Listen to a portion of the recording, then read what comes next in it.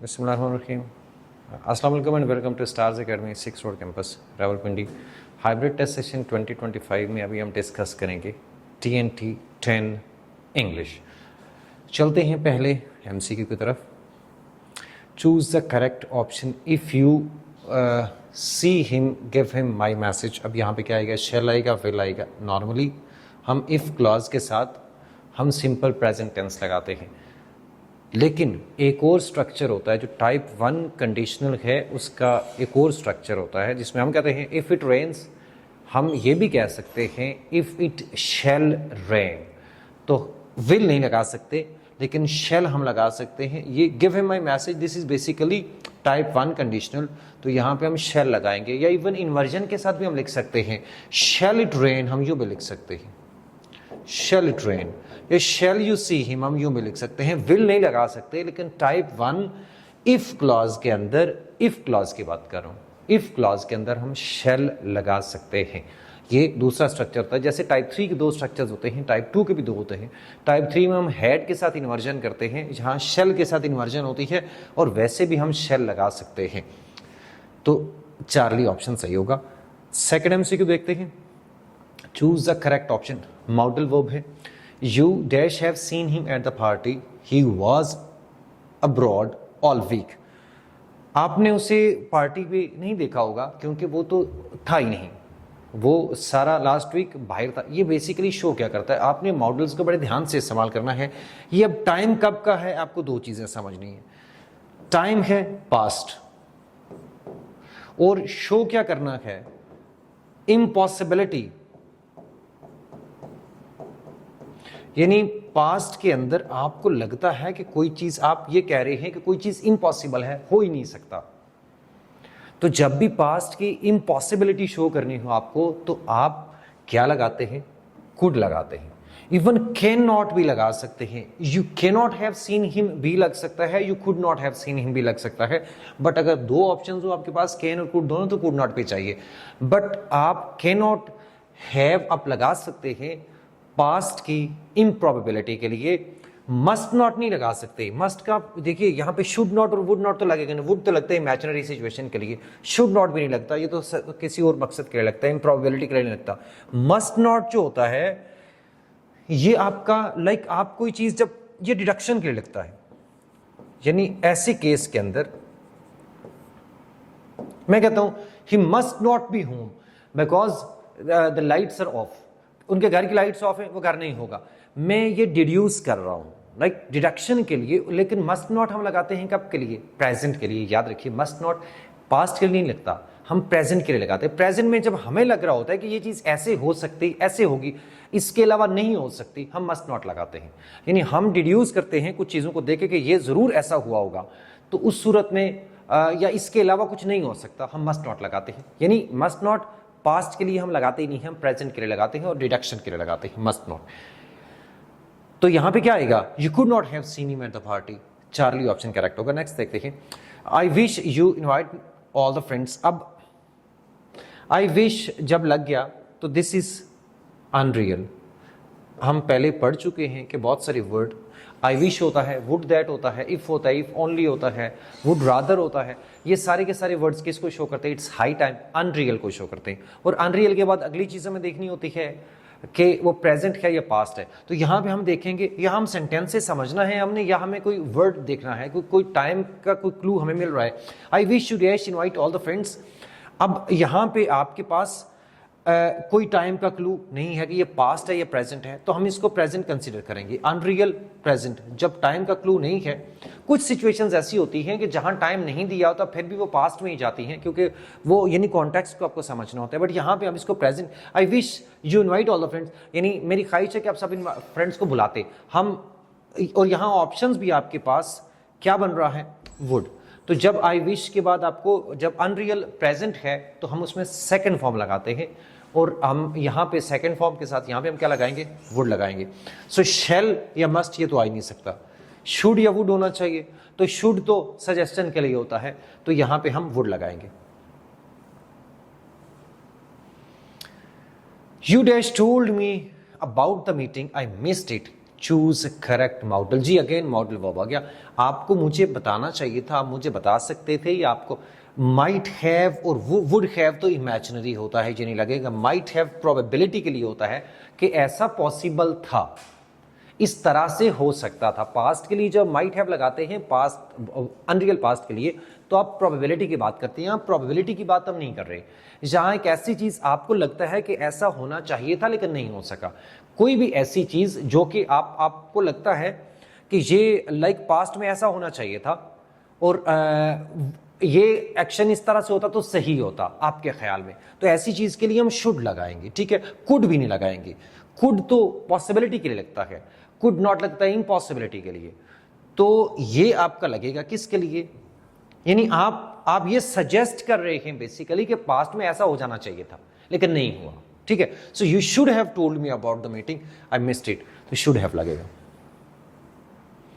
Past के बारे में आप कोई सजेस्ट करना चाहते हैं, कोई चीज कोई प्रपोज करते हैं, आपको लगता है कि यार ऐसा होना चाहिए था, सजेस्टन है पास्ट के लिए, तो उसके लिए शुड लगाते हैं, शुड हैव लगाते हैं। आगे मॉडल आ गया, बहुत इंपॉर्टेंट है। एक नीड है, नीड को कैसे यूज करना है, और वांट है। देखिए अब नीड मॉडल है, ये आपका मॉडल नहीं है, वांट आपका मेन वर्ब है। अच्छा, मॉडल की 3-4 कैरेक्टरिस्टिक्स होती है नॉर्मली, वो आपको याद रखनी है। नंबर 1 क्या है, जो मॉडल होता है ना उसके साथ हम क्या लगाते हैं, हम लगाते हैं बेयर इन्फिनिटिव हमेशा। नंबर 1 पहली बात याद रखिए। इन 3-4 चीजों पे आपने जज करना है मॉडल्स को। एक एक्सेप्शन है, वो भी आपको बताऊंगा। नंबर 2, नो एसईएस, एसईएस वाली फॉर्म नहीं होती, और क्या नहीं होता, या ईडी फॉर्म नहीं होती मॉडल की। नीडेड नहीं होता, नीड्स नहीं होता। एज अ मॉडल यूज करेंगे तो आप नीड लगा सकते हैं, नीड्स या नीडेड नहीं लगा सकते। Number 3, plus no other modal are helping verb, यानी आप एक मॉडल के साथ कोई दूसरा मॉडल या कोई और हेल्पिंग वर्ब नहीं लगा सकते। अगर डिड नॉट नीड लगा दिया तो इसका मतलब है नीड मॉडल नहीं है वहां पे, ठीक है। तो नीड और डेयर को पर्टिकुलरली आपको सही तरह से समझना है, क्योंकि ये मेन वर्ब यूज होते हैं, ये मॉडल के तौर पर भी यूज होते हैं, तो दोनों का स्ट्रक्चर आपको समझना है। ये 3 चीजें आपको तो बहुत अच्छे से याद रखनी है। मॉडल के साथ बेयर इन्फिनिटिव लगता है, एससीएस फॉर्म नहीं लगती, और उसके साथ कोई और लाइक आपका कोई और हेल्पिंग वर्ब या कोई और आपका मॉडल नहीं लग सकता। ये 3 चीजें आपको याद रखनी है, ठीक है। अच्छा, अब क्या है, इसको हम देखते हैं। शी नीड नॉट कम, ये तो यहां तक तो सही है, शी नीड नॉट कम बिल्कुल सही है। इफ शी वॉन्ट, अब ये गलत है, यहां पे वॉन्ट का इस्तेमाल गलत है, नीड का इस्तेमाल सही है। शी नीड्स नॉट कम, यहां पे जब हमने she needs not to come, अब यहां पे अब लगा रहे हैं, ये सही नहीं है, क्योंकि अगर आपको नेगेटिव बनाना है तो needs not, model need not होता है बेसिकली, तो नीड्स नॉट नहीं लगाएंगे यहां पे, क्योंकि आप इसको मेन वर्ब के तौर पर यूज करें ना। टू कम आपने लगा दिया तो इसका मतलब है आप इसको, बेयर इन्फिनिटिव नहीं है तो इसका मतलब है ये मॉडल नहीं है, तो मॉडल नहीं है तो इसके साथ क्या लगना चाहिए, नीड्स नहीं होना चाहिए, डजंट नीड होना चाहिए। शी नीड नॉट कम, ये सही हो गया, नीड नॉट लगाया आपने, उसके बाद बेयर इन्फिनिटिव, ये भी सही। If she doesn't want to, ये सही, तो चार्ली ऑप्शन आपका करेक्ट है। शी नीड्स नॉट, अब यहां नीड्स नॉट गलत है, मॉडल नीड नॉट है, नीड्स नॉट मॉडल नहीं है, नीडेड नॉट मॉडल नहीं है, ठीक है, तो ये भी आपका गलत है। चार्ली ऑप्शन आपका करेक्ट है। एक बात का आपको ध्यान करना है, जो डेयर होता है ना, मेरा ख्याल है आगे एमसीक्यू है तो हम उसमें डिस्कस करें, डेयर के ऊपर एक एमसीक्यू होना चाहिए। डेयर के साथ आप जब आप as a main verb use करते हैं तो उस वक्त only, that is only modal verb, जिसके साथ जब आप मेन वर्ब के तौर पर यूज करते हैं तो आप उसके साथ बेयर इन्फिनिटिव भी लगा सकते हैं, यानी कोई और ऐसा वर्ब नहीं है जिसके साथ आप मेन वर्ब के बाद आप बेयर इन्फिनिटिव लगाएं, डेयर है, और ये लास्ट ईयर आया हुआ था। अभी हम यहाँ से आगे चलते हैं, मे भी आगे को एमसीक्यू हो, मेरा ख्याल है। He has got used to wait for, ये यूज्ड टू जो है ना, यूज्ड टू को कैसे यूज करते हैं ये आपको पता होना चाहिए। हम लगाते हैं used to plus bare infinitive, और गेट यूज्ड टू या be used to, be used to का मतलब है is used to, am used to, are used to या were used to plus ING form. आपको इसका ध्यान करना है। So he has got use to waiting होगा, वेट नहीं होगा। जब गेट यूज लग गया, गेट यूज टू या बी यूज टू जब भी लगता है तो आईएनजी फॉर्म लगती है। He ran fast to save his life and he could reach home safely. अच्छा, ये यहां पे कुड नहीं आएगा। पास्ट के अंदर जब भी कोई पास्ट का रियल एक्शन हो जाए, यानी एक्शन हम पॉसिबिलिटी के लिए लगाते हैं कि ऐसा हो सकता था या ऐसा नहीं हो सकता था, इम्पॉसिबिलिटी के लिए। पास्ट के अंदर कोई पॉसिबिलिटी है तो कुड लगाएंगे, इम्पॉसिबिलिटी है तो कुड नॉट लगाएंगे। लेकिन अगर कोई एक्शन हो गया तो उसके लिए कुड नहीं लग सकता। फिर हम उसके लिए क्या लगाते हैं? उसके लिए कुड की जगह पे हम लगाते हैं वॉज एबल टू या वर एबल टू। ये बात याद रखनी है। वो अपनी जान बचा सकता था, यानी आपने ये पॉसिबिलिटी बयान की है तो फिर आप कुड लगा सकते हैं, कुड सेव हिज लाइफ। लेकिन इसका मतलब है प्रैक्टिकली ये हुआ नहीं है। लेकिन अगर उसने जान बचा ली तो he could save his life नहीं, he was able to save his life. जब भी कोई एक्शन हो गया पॉसिबिलिटी के लिए लगाना है, रियल एक्शन हो गया पास्ट के अंदर तो उसके लिए कुड नहीं लगाना, तो यहां पे हम कुड नहीं लगाएंगे, वॉज एबल टू लगाएंगे। He dare not to face me. अब यहां पे क्या प्रॉब्लम है? डेयर नॉट के बाद आप क्या लगा रहे हैं? आपने टू लगा दिया, ये गलत है। अब यहां डेयर नॉट आपको मॉडल के तौर पर आपने यूज किया। ही डेयर जब आपने कर दिया दैट मींस ये मॉडल वर्ब है। तो इसके बाद मॉडल वर्ब जब भी हम डेयर को लगाते हैं तो उसके बाद डेफिनेटली वेर इन्फिनिटिव लगता है। हाँ, he doesn't dare face me, ये वाला सेंटेंस सही है। क्यों सही है? अब यहां पे डेयर आपका डजंट लग गया, इसका मतलब है ये आपका है मेन वर्ब। तो डेयर को जब as a main verb use करते हैं हम, तो हम इसके साथ हम फेस भी लगा सकते हैं और टू फेस भी लगा सकते हैं। यानी ये सिर्फ डेयर के केस में है। इसके बाद बेयर इन्फिनिटिव भी लग सकता है और टू भी लग सकता है। टू तो लगता ही लगता है। He doesn't dare to face me, ये तो सही है। बाकी मॉडल्स के लिए भी है, बाकी उस नीड के लिए भी ऐसे ही है, बाकी वर्ब्स के लिए भी ऐसे है कि जब मेन वर्ब कोई भी होगा तो उसके बाद हम टू लगाते हैं। लेकिन डेयर के बाद हम टू लगाएं तब भी ठीक है, as a main verb use कर रहे हैं। और टू ना लगाएं तब भी ठीक है, हम बेयर इन्फिनिटिव यहां पे यूज कर सकते हैं। He doesn't dare face me, this is a correct sentence. ये बात आपको याद रखनी है। आगे चलते हैं। He always encourages his students to interact with each other. Students है, इसका मतलब है दो से ज्यादा हैं तो each other नहीं होना चाहिए, one another होना चाहिए। Next one, everybody, everyone but he was absent from the class. ये जो होता है ना, ये वाला but, यहाँ पे जब भी but is equal to except होता है तो ये वाला but क्या होता है? ये preposition है, ये conjunction नहीं है। और preposition के बाद हम क्या लगाते हैं? हमेशा प्रेपोजिशन। तो आफ्टर प्रेपोजिशन हमेशा ऑब्जेक्टिव केस लगता है प्रोनाउन का। तीन चीजों के बाद आपको ऑब्जेक्टिव केस लगाना है। वो कौन कौन सी है? एक वर्ब है, एक प्रेपोजिशन है और एक लेट है। After let, after verb, after prepositions हम ऑब्जेक्टिव केस लगाते हैं। तो ये वाला जो बट है, जो इक्वल टू एक्सेप्ट होता है, वो आपका कंजंक्शन नहीं होता, वो आपकी प्रेपोजिशन होती है। उसके बाद ही नहीं लगेगा, यहां पे क्या लगेगा? हिम लगेगा, objective case. Everyone but him was absent from the class. Basically ये सेंटेंस आप यूं भी लिख सकते हैं, everyone was absent from the class but him या एक्सेप्ट हिम। ठीक है, तो एवरी नथिंग बट होता है, एवरीवन बट होता है, एवरीथिंग बट, उसके बाद आपको ऑब्जेक्टिव केस लगाना है। I think this was one of the best suggestion which ever came. Best, कुछ ऐसे वर्ड्स हैं जिसके बाद हमेशा आपको रिलेटिव प्रोनाउन अगर चूज करना है तो आप उसमें हु या विच नहीं लगाते, आप दैट लगाते। वो कौन कौन से हैं? एक एवरी है, मैं बोल देता हूं। एवरी है, एवरीथिंग है, नथिंग है, नन है, एनो एनी नन, ऑल है, एवरी है, फ्यू है, उसके बाद सुपरलेटिव डिग्री है, द ओनली है, द सेम है। इन सब के बाद आपको हमेशा हमेशा रिलेटिव प्रोनाउन क्या लगाना चाहिए? विच नहीं लगाना चाहिए, आपको दैट लगाना चाहिए इन सारे वर्ड्स के बाद। तो यहां द बेस्ट सुपरलेटिव डिग्री आ गई तो हम इसके बाद दैट लगाएंगे। आगे चलते हैं। In the present age a woman can do everything which, हमें अब अगेन यहां पे एवरी आ गया तो एवरीथिंग के बाद विच नहीं आएगा, दैट आएगा। एवरीथिंग है, एनीथिंग है, एवरी एनी के बाद हम दैट लगाते हैं।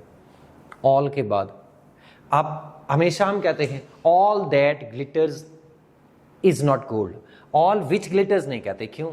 इसलिए कि ऑल के बाद हम दैट लगाते हैं। The only imaginable reply was peremptory command, the rebel must report dash immediately to Istanbul। Report के बाद आपको सेल्फ फॉर्म लगाने हैं, रिपोर्ट हिमसेल्फ यहां पे लगेगा। कुछ ऐसे वर्ड्स हैं जिसके बाद रिफ्लेक्सिव प्रोनाउन, यानी कुछ ऐसे वर्ब्स हैं जो हमेशा, ये क्यों लगाया हमने, कुछ ऐसे वर्ब्स हैं जो हमेशा ट्रांजिटिव होते हैं, ऑलवेज ट्रांजिटिव। यानी ऑलवेज ट्रांजिटिव का मतलब क्या है? इसका मतलब है हमेशा हमेशा इनको एक ऑब्जेक्ट चाहिए, हम ऑब्जेक्ट के बगैर यूज नहीं कर सकते, हमेशा हमेशा विदाउट ऑब्जेक्ट नहीं कर सकते।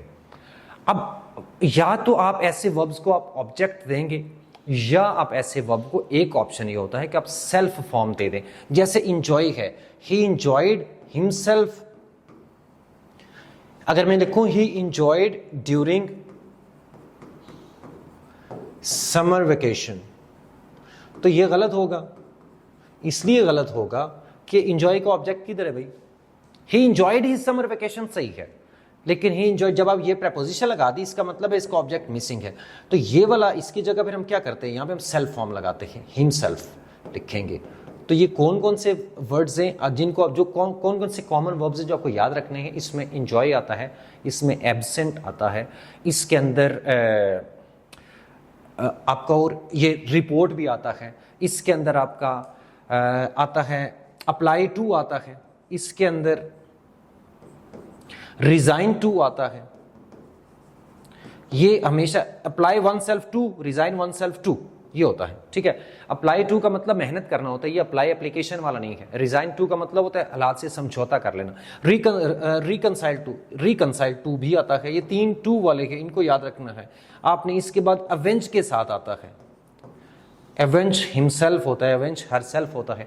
तो ये कुछ वर्ब्स हैं जिनको आपको याद रखना है, जिनके बाद एब्सेंट के साथ आता है। ये एब्सेंटेड हिमसेल्फ फ्रॉम द क्लास होगा, ये एब्सेंटेड फ्रॉम द क्लास नहीं है। तो ये वर्ब्स आपको पता होने चाहिए। आगे चलते हैं। He hates everything and everybody, who reminds, who नहीं होगा, दैट होगा। दो रीजन से, एक तो एवरी के बाद हम लगाते हैं, दूसरा रिलेटिव प्रोनाउन दैट लगाने की एक और रीजन भी होती है। दो तीन रीजन होते हैं। दैट हम कब लगाते हैं? जब भी आपका एंटीसीडेंट हो पर्सन प्लस थिंग, बंदा भी और चीज भी, जब दोनों एंटीसीडेंट के तौर पर यूज हो रहे हों, तो पर्सन प्लस थिंग के लिए आगे हमारी चॉइस हमेशा रिलेटिव प्रोनाउन की दैट होनी चाहिए, हु या विच हम नहीं लगा सकते। इसी तरह से यानी ये हो गया ना एवरीथिंग एवरीबॉडी, हम बंदे को भी रिफर कर रहे हैं पर्सन, तो ये एंटीसीडेंट है हमारा एवरीथिंग एंड एवरीबॉडी। ये रिलेटिव प्रोनाउन इनको रिफर कर रहा है। जैसे lady, the lady and her bag, तो अब दो चीजें हैं, एक बंदा एक चीज, तो हम दैट कहेंगे, हम हु या विच नहीं कह सकते। तो एक ये कंडीशन होती है। एक मैंने आपको कुछ वर्ड्स बताए, all, none, few etcetera, everything, the same, the only etcetera, उनके बाद दैट लगता है। एक आपका इंट्रोगेटिव प्रोनाउन के बाद भी दैट लगता है। Who is it that can challenge me, who is it who can challenge me नहीं होगा। यानी हु हो गया, व्हाट हो गया। जब भी ये आपके रिलेटिव, ये जो इंट्रोगेटिव प्रोनाउंस हैं, इनके बाद आगे आपको रिलेटिव प्रोनाउन लगाना हो तो फिर आप दैट लगाएंगे। आगे चलते हैं। We received as many prizes as they, ये सेंटेंस क्या सही है या गलत है? ये सही है, इसमें नो एरर आएगा। एज दे डिड भी हो सकता है, अगर आप लिखें तो फिर भी सही है, लेकिन आप एज दे भी लिख सकते हैं। एज के बाद हम ऐसी सूरत में, देखिए कंपैरिजन किसके बीच में है? ये कंपैरिजन है दो सब्जेक्ट्स के बीच में। We received prizes, they received. अब बेसिकली आपको ये देखना है कि कंपैरिजन किसके बीच में, एज और देन की सूरत में। वी रिसीव्ड, दे रिसीव्ड, तो इसका मतलब क्या हुआ? दे और वी, हम दोनों इस वर्ब का ऑब्जेक्ट नहीं है, सब्जेक्ट है। तो जब भी दो सब्जेक्ट्स के बीच में कंपैरिजन होगा तो हम सब्जेक्टिव केस लगाएंगे। तो अब आप यहां पे क्या करेंगे?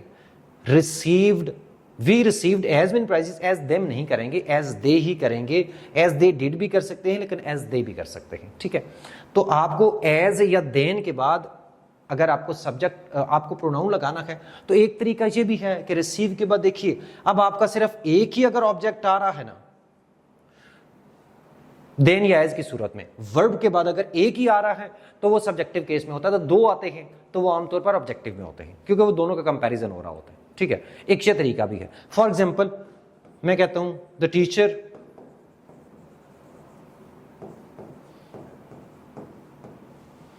punished him more than I या मी क्या होना चाहिए। अब पनिश के बाद दो आगे ना, आगे एक हिम है और एक मी, आई या मी है, तो दो आगे तो दोनों ऑब्जेक्टिव में होंगे यहां पे, ठीक हो गया। लेकिन अगर आप कहते हैं ही इज स्ट्रोंगर देन, अब क्या है, आई होगा या मी होगा, मी नहीं लगाएंगे आई लगाएंगे। अब इसके इज के बाद आगे एक ही प्रोनाउन है, तो एक ये तरीका भी है, आप इस तरह से भी कर सकते हैं कि अगर आपका वर्ब के बाद एक ही प्रोनाउन आ रहा है तो वो सब्जेक्टिव केस में होता है, अगर दो आ रहे हैं तो वो ऑब्जेक्टिव में होते हैं आमतौर पर। लेकिन असल बात ये है कि यहां पे भी, अब ये वर्ब है पनिश, ये वर्ब है, हिम और वो और मैं दोनों इस पनिश का ऑब्जेक्ट हैं, हम रिसीव करने वाले हैं, टीचर सब्जेक्ट है। तो इसका मतलब है हम दो स्टूडेंट्स हैं, हमारा कंपैरिजन है, तो दोनों जब रिसीव करने वाले हैं ऑब्जेक्ट्स हैं तो हमें ऑब्जेक्टिव केस लगाना चाहिए। इस वाले सेंटेंस के अंदर we received prizes, they received prizes, दोनों सब्जेक्ट्स हैं, दोनों का कंपैरिजन है तो सब्जेक्टिव केस लगेगा। आगे चलते हैं। It was a challenge for the master to find out who of the servants, who नहीं लगेगा विच लगेगा, इसलिए कि जब भी हम विच ऑफ, जब भी हम चॉइस की बात करेंगे ज्यादा में से एक की, which of the teams is your favourite, जैसे हम कहते हैं कौन सी team, which of the players is your favourite, which of the players होगा, हु ऑफ द प्लेयर्स नहीं होगा, विच ऑफ द एक्टर्स होगा। हम बंदों के लिए भी यूज करें, जब हम चॉइस की बात करते हैं तो हम विच लगाते हैं, हु नहीं लगाते। आगे देखते हैं। The wisest man who ever lived on earth made mistakes, no error, क्या होगा, द वाइजेस्ट सुपरलेटिव डिग्री है तो इसके बाद आपका हु नहीं आना चाहिए, यहां पे दैट आना चाहिए, सुपरलेटिव के बाद हम दैट लगाते हैं। नेक्स्ट देखते हैं। He is the person whom everyone thought। अच्छा, अब अगला पॉइंट क्या आ गया, अभी हम देख रहे थे ऊपर जितने सारे एमसीक्यूज थे उसमें चॉइस थी कि आपको relative pronoun who which that कौन सा लगाना चाहिए, या केस की चॉइस थी कौन सा केस लगाना चाहिए। ये प्रोनाउन के सारे रूल्स हैं कि सब्जेक्टिव है ऑब्जेक्टिव है। अभी हमने देखना है हु या होम की चॉइस, कहां पे हु लगेगा कहां पे होम लगेगा। आपके लिए आसान कर देता हूं थोड़ा सा, ऐसे जब भी आएगा आपके पास everyone thought, I think, I believe etcetera, इसको क्रॉस कर दिया करें बीच में से, पहली बात। दूसरी बात यह है कि इसके दो सेंटेंसेस बनाएंगे। अब जब दो सेंटेंसेस, इस सारे के आप दो सेंटेंसेस बनाएंगे तो वो दो तरह से कंप्लीट होंगे, या ही के साथ कंप्लीट होगा या हिम के साथ कंप्लीट होगा। कैसे, he is the person, full stop यहीं पे लगा दें, he had stolen the ring या him had stolen the ring, क्या बनेगा। आप ही और हिम के साथ कंप्लीट करें तो किसी एक के साथ सेंटेंस आपका कंप्लीट होगा। अब ये वाला सेंटेंस जो पर्टिकुलर सेंटेंस है ये ही के साथ कंप्लीट होता है। He is the person, he had stolen the ring या him had stolen the ring, क्या बनेगा, ऑब्वियसली ही बनता है। तो जब भी ही आए, ही के साथ सेंटेंस कंप्लीट हो रहा है तो हु लगाइए, अगर हिम के साथ सेंटेंस कंप्लीट हो रहा है तो होम लगाइए। तो यहां पे क्योंकि ही के साथ कंप्लीट हो रहा है तो हम होम नहीं लगाएंगे, यहां हु लगाएंगे। He is a person who everyone thought had stolen the ring. I hope ये आपको समझ आ गया होगा। प्रैक्टिस करके देखिए, किसी जगह के पे भी हु होम की चॉइस है, आप इस तरीके से करें तो आपका सही होगा। आगे चलते हैं। He became the acrobat to the court of the country in that he left। इसमें क्या प्रॉब्लम है, अब एक और रूल आ गया प्रोनाउन का कि प्रोनाउंस के साथ हम रिलेटिव प्रोनाउंस के साथ प्रेपोजिशंस कैसे लगानी है। ये जो रिलेटिव प्रोनाउन दैट है ना, प्रेपोजिशन इससे पहले नहीं लगती। आमतौर पर हम यूं लिखते हैं इन, हम इन विच लिख सकते हैं, इन होम हम लिख सकते हैं, ये हो सकता है। कोई भी रिलेटिव प्रोनाउन होगा तो प्रेपोजिशन उससे पहले आती है। जैसे हम कहते हैं to whom it may concern, to whom लगाते हैं। लेकिन अगर रिलेटिव प्रोनाउन दैट होगा तो फिर प्रेपोजिशन इधर नहीं लगेगी, प्रेपोजिशन एंड पे चली जाती है। रिलेटिव प्रोनाउन दैट से पहले प्रेपोजिशन नहीं लगती। बाकी जो रिलेटिव प्रोनाउन है जैसे होम है, हुज है, विच है, प्रेपोजिशन हमेशा उससे फौरन पहले ही लगानी है फॉर्मल इंग्लिश के अंदर। लेकिन दैट जब भी आएगा प्रेपोजिशन एंड पे चली जाएगी।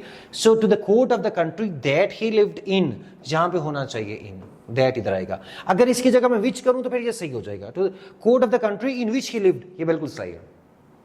तो अगर रिलेटिव प्रोनाउन दैट है तो प्रेपोजिशन एंड पे ले जाएं, कोई और रिलेटिव प्रोनाउन है तो प्रेपोजिशन इससे फौरन पहले लगाइए। दो चीजें इसके बारे में याद रख लीजिए। ये जो दैट है ना रिलेटिव प्रोनाउन, दो चीजें बताता हूं। दैट आपका जब रिलेटिव प्रोनाउन होगा जब भी, तो इससे पहले कभी भी एक तो कॉमा नहीं लग सकता और दूसरा प्रेपोजिशन नहीं लग सकती। ये दोनों कभी भी दैट से पहले फौरन नहीं लगेंगे, कॉमा भी नहीं लगेगा। कभी भी रिलेटिव प्रोनाउन से पहले कॉमा, दैट से पहले कॉमा नहीं लगता, और कभी भी रिलेटिव प्रोनाउन दैट से पहले प्रपोजिशन नहीं लगती। आगे चलते हैं।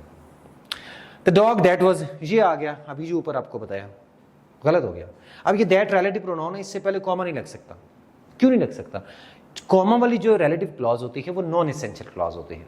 नॉन एसेंशियल जो क्लॉज होती है उसके अंदर हम दैट नहीं लगाते, हम हु या विच लगा सकते हैं, दैट नहीं लगा सकते। अच्छा, इसेंशियल क्लॉज के अंदर हम कुछ भी लगा सकते हैं। कुछ लोगों को ये गलत फहमी होती है कि इसेंशियल में हमेशा दैट लगेगा और जो नॉन इसेंशियल है उसमें विच लगेगा। ये गलत बात है। अगर आपने कहीं पढ़ा है या सुना है तो ये गलत है। जो नॉन इसेंशियल क्लॉज होती है ना, नॉन इसेंशियल के अंदर आप दोनों लगा सकते हैं, आप कुछ भी लगा सकते हैं। नॉन इसेंशियल में आप दैट लगाएं, ठीक है, आप विच लगाएं, ठीक है, आप हु लगाएं तो ये भी ठीक है। लेकिन जो इसेंशियल है उस नॉन एसेंशियल के अंदर आप दैट नहीं लगा सकते, हु या विच लगाएंगे। जो इसेंशियल क्लॉज है, इसेंशियल के अंदर आप तीनों लगा सकते हैं। आप दैट भी लगा सकते हैं, आप विच भी लगा सकते हैं, और आप हु भी लगा सकते हैं। यानी अगर आपने ये सुना हुआ है कि नॉन एसेंशियल में विच लगता है और इसेंशियल में हमेशा दैट ही लगता है, ऐसा नहीं है। इसेंशियल क्लॉज के अंदर विच लगा सकते हैं, इसेंशियल में कोई मसला भी नहीं है। सिर्फ एक बात याद रखनी है कि कॉमा और दैट इकट्ठे नहीं आएंगे, बस, तो आपका ये एमसीक्यू सही हो जाएगा कहीं पे भी। क्योंकि नॉन एसेंशियल होगी तो फिर कॉमा लगेगा, और नॉन एसेंशियल में हम दैट नहीं लगाते। नेक्स्ट देखते हैं करेक्ट स्पेलिंग क्वेश्चनर। क्वेश्चनर के करेक्ट कौन से होते हैं देखने पड़ेंगे। क्वेश्चनर अल्फा वाला करेक्ट है, डबल एन होता है, और इसमें ई लिखा हुआ है और इसमें आई नहीं लिखा हुआ। Next one, how does the infinitive to read function here? She bought a book to read. ये वाला इस बुक को मॉडिफाई कर रहा है एडजेक्टिव के तौर पर, ठीक है। तो इसका फंक्शन क्या है ये आपको पता होना चाहिए एडजेक्टिव का। सो दैट्स ऑल, ये था हमारा TNT 10। इंशाल्लाह नेक्स्ट TNT 11 में मुलाकात।